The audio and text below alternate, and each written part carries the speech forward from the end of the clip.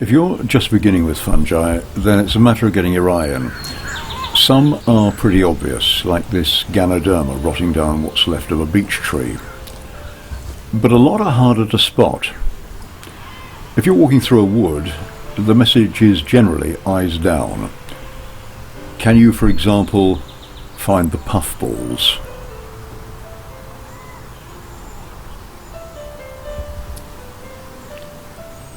In autumn, a rotten log is generally a safe bet on which to find something fungal, though not always as glorious as this Letiporus chicken of the woods. Where you look matters. A Scottish heath will nurture its own selective species, even in the chill of winter. Roadside verges are useful places because we help to spread fungal spores where we travel. A hay meadow in high summer may seem an unlikely foraging spot, but recce the trees at the field margin. You may find surprises, like this jelly fungus on a fallen twig.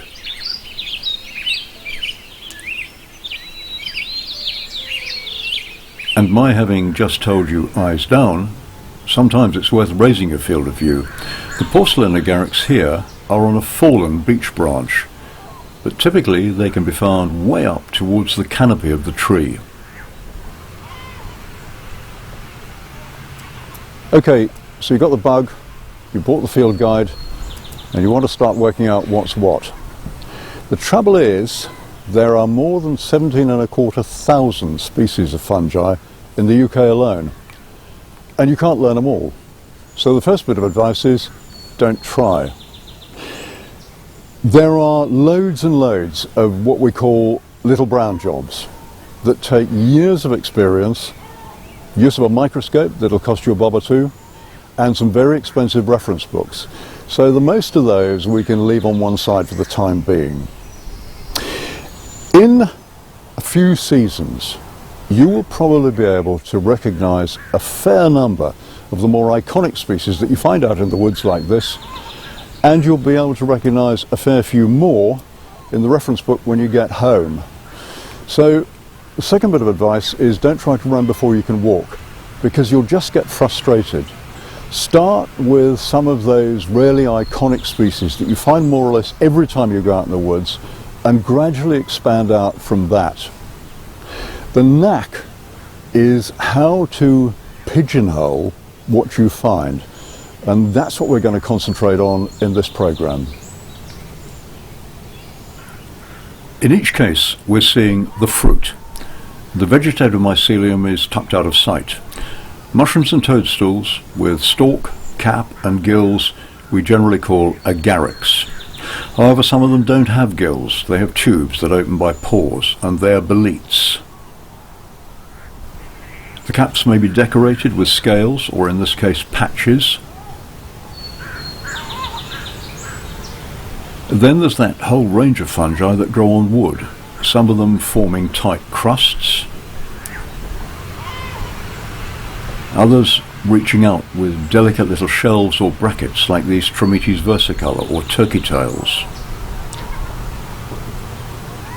And still more form whacking great big brackets that rot down whole tree stumps.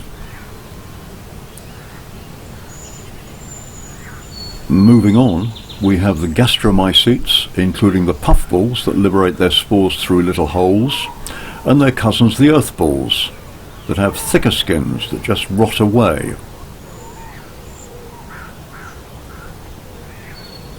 And there are those strange creatures, the stinkhorns, that use flies to spread their spores.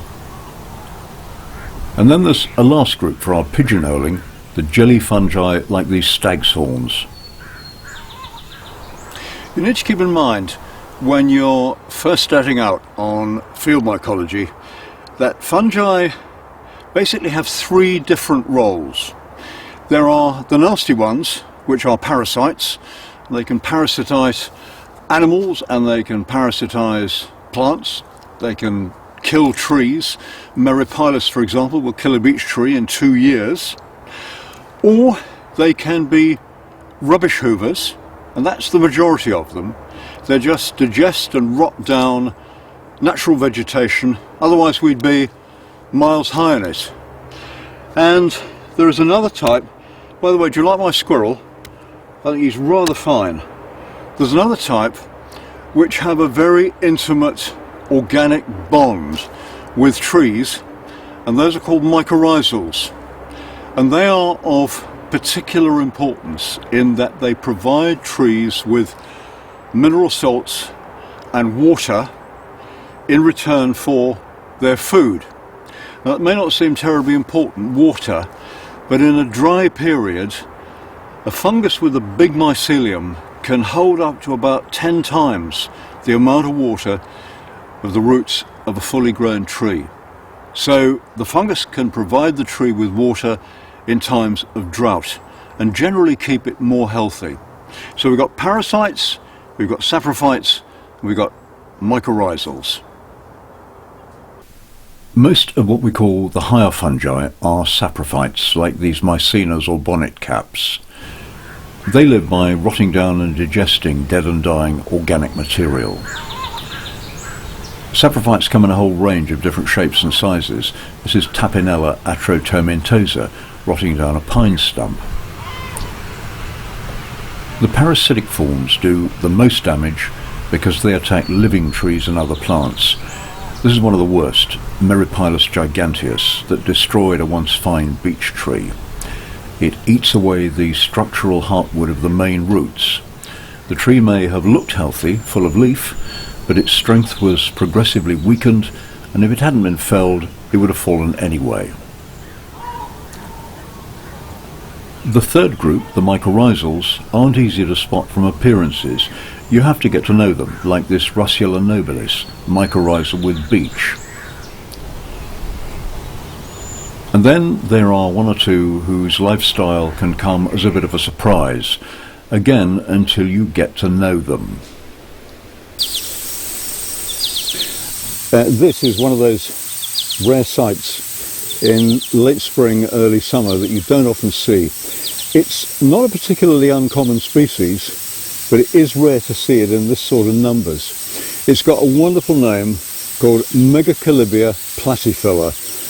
Don't try and remember that one in a hurry. It grows on rotten wood. It's got an unusual feature.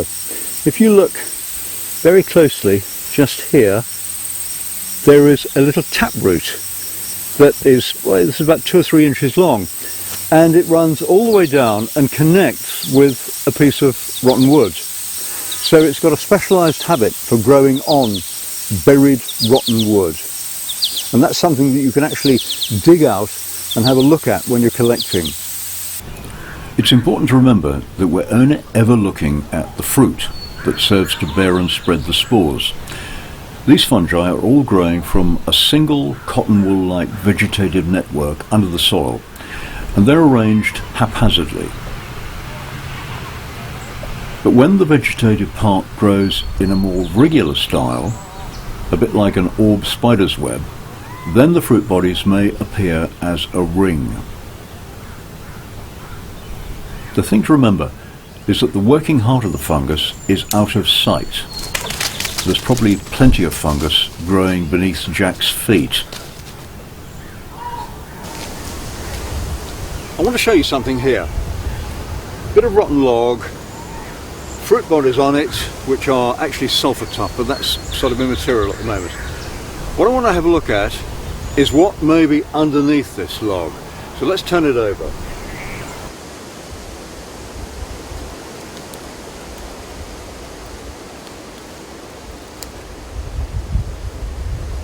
There.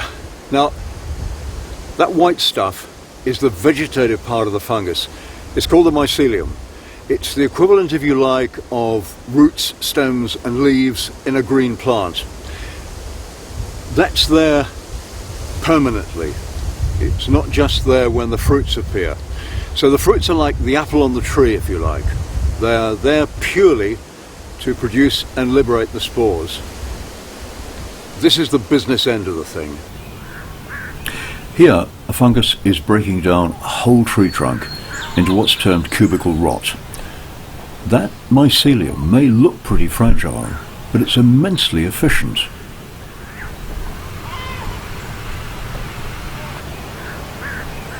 Different species often grow in different kinds of woodland, so what grows in an open, airy, mixed woodland may be quite different to what grows in a larch plantation, and different again from the species in a mature beechwood. You need to be aware of these habitats, and you don't necessarily have to travel very far. If you want to find somewhere local, easy to get to, easy access for fungi, you couldn't do much better than a local churchyard. It's got all sorts of things going for it. It's got mown grass, lots of different trees, yew trees, holly trees. Dare I say it, for some fungi, nice rich soil. And here there is an absolute mass of different species of fungi, particularly this time late autumn, waxcaps. Waxcaps are easy to pick out because they grow in grassy places, and although some, like meadow waxcaps, are dry capped, most species are waxy or slimy to the touch. Even closer to home, you can often find fungi growing happily in your own back garden, like this shaggy parasol. So where do you begin? Well, not necessarily with the most familiar. The fly agaric was made famous by Enid Blyton and Noddy, but with no guarantee of finding it. It's a useful illustration, though. One of the useful things about fly agaric is that it's got a whole lot of features rolled into one. Get this one out quite carefully. This is a young one, of course. What you notice very obviously are these white bits over the cap. Those are not scales, they're not attached. They're actual patches that you can scrape off with your fingers. And they come from a protective veil that goes from the base of the stalk, where this bulbous bit is, all the way over the top in a young specimen. And as the cap starts to expand, so the veil breaks, and it breaks into little rather sort of pointy bits like warts. And that is characteristic of so many of the Amanita species. But this doesn't just have one veil, it has two. And if I turn it over, you will see, if you look very carefully, that in here there is another veil that connects from the outside of the cap to the stalk. If you think about a button mushroom that you buy from Tesco's, it's got a skin across, and you can peel that skin away with your finger and see the gills underneath. And the idea of this partial veil is to protect the young gills. As the cap expands, so that veil breaks and is left as a little ring on the stalk. Fly agaric is actually quite fussy in its requirements. It likes its soil to be on the acid side, so it likes heaths, and it's mycorrhizal to some extent with pine, but more typically with species of birch, the tree it's growing close to here.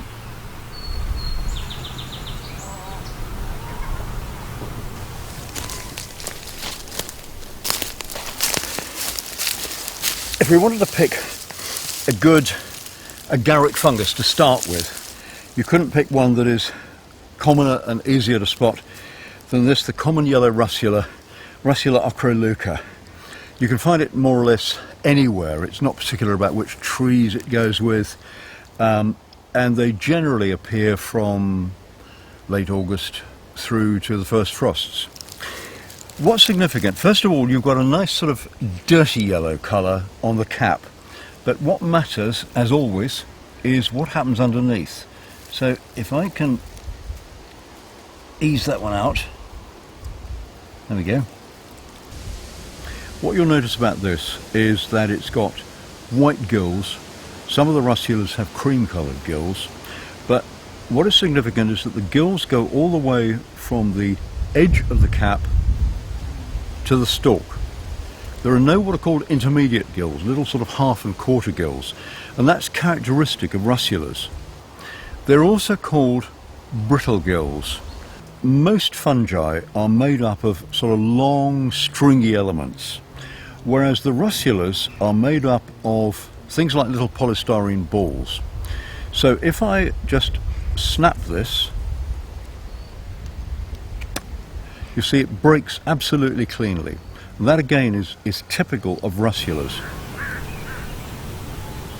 Most true russulas typically come with smooth, distinctively coloured caps, reds, greens, yellows, and with white or cream gills. Lepiotas, on the other hand, bear scaly caps. You also might well add to your starter identification list the milk caps like Lactarius blenius, but what's visible on top is always of secondary importance. Right, I've got a couple of specimens here, one this side, one this side. I want to show you something. I'm going to pick them both.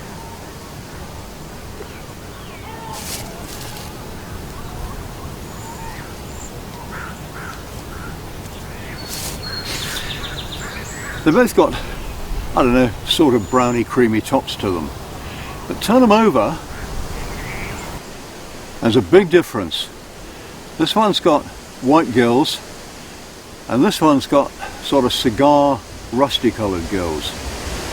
And one of the things you have to get used to doing is turning fungi over and looking to see the colour on the underneath.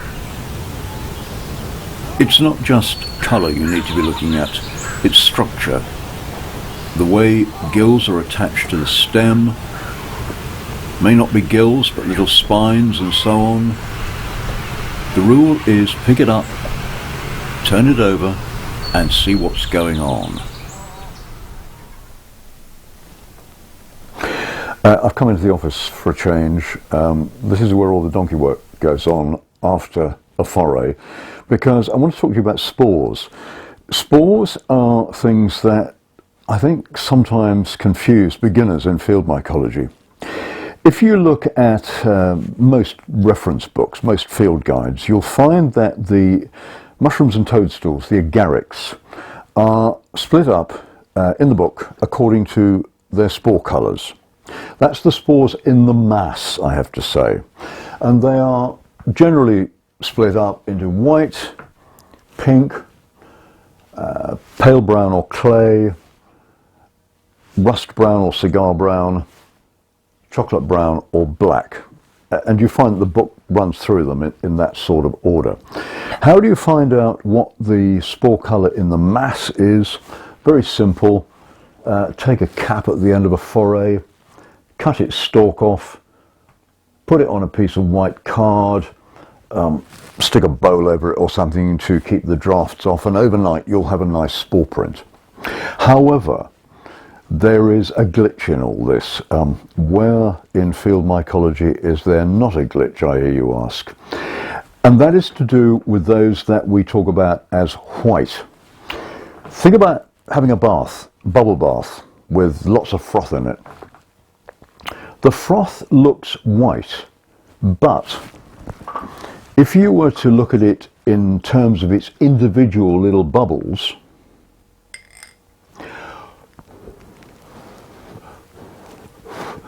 they would actually be colourless. And if you think about something like a nice common one, like an amethyst deceiver,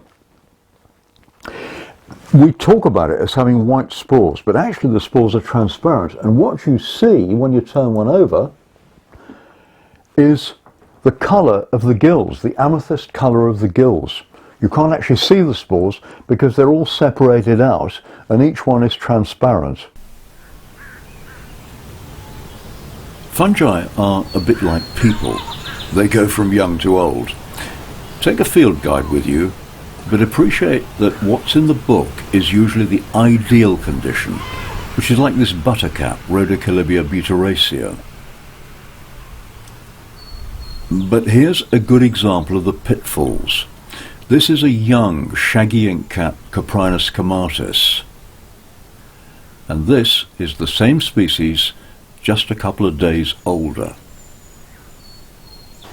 This is a good example of how fungi fruit bodies will change substantially from young to old. This is a species called Neobulgaria pura, which has a slightly sort of pink tinge to it. And at this end of the log, these are young fruit bodies, but as you come along, it becomes much more mature and jelly-like. And the problem is, of course, that you will only see one stage in a book. So you need to keep your mind open that the appearance changes from young to old. The appearance of fungi can also be influenced by the weather. This is a mature honey fungus, Armillaria melia. But here's the same species with its caps all split by drying wind.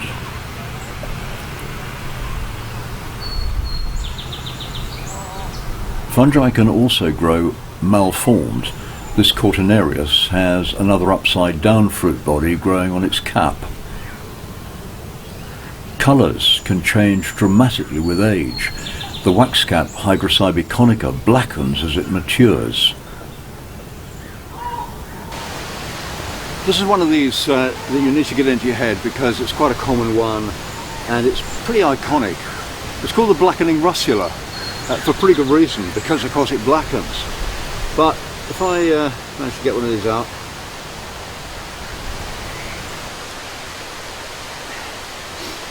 what you notice, this is going sort of slightly red in parts and then it blackens. I'm getting killed by midges again at the moment, but the gills are very coarse and incredibly brittle. They just snap like that, so brittle gills is a pretty good name for these. Nice one to remember, blackening russula, Russula nigricans.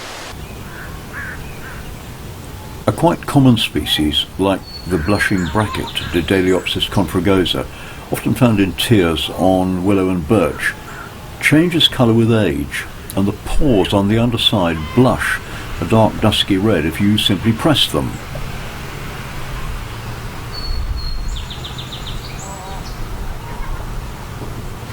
Right, I want to demonstrate something to you, which is why I've come into the garden.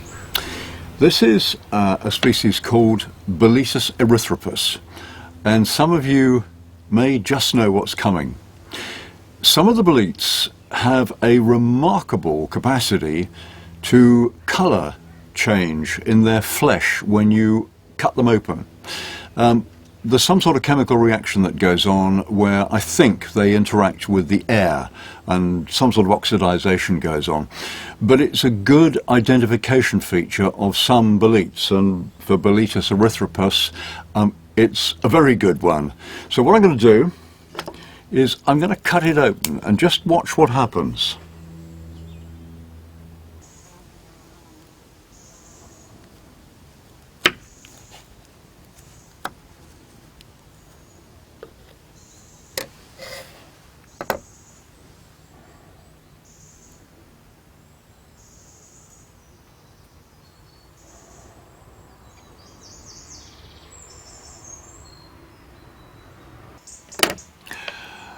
Isn't that just amazing? You get this instant blue colour that comes over the whole of the cut flesh, just like that, in a few seconds. I hope this has given you inspiration to get started. You know, just walk along a woodland path and see what you can spot, like this glorious eruption of oyster mushrooms. Wander through a pasture field. You may see a little bit of grass, but then you may come up with a very interesting surprise, like Clathrus archeri. One of the fascinations of fungi is that they're here today, gone tomorrow. And never be afraid to ask. Any experienced field mycologist worth their salt will be keen to help you with questions, however basic. One of those questions that people ask is, how do you tell a chanterelle? because of course a few years ago somebody got this quite notoriously wrong up in the Highlands and lived to count the cost. Well, this is a chanterelle, got a lovely apricot colour all over it, so there's no difference between the colour of the cap, the colour of the stalk and the colour of what look like gills. They're all apricot. It's said to smell like apricots, but it doesn't, believe me. The main difference is if you look at what look like gills, they're not gills at all. They're just blunt, forked ridges. And that's what makes a chanterelle different from any of the other agaric fungi that you might confuse it with.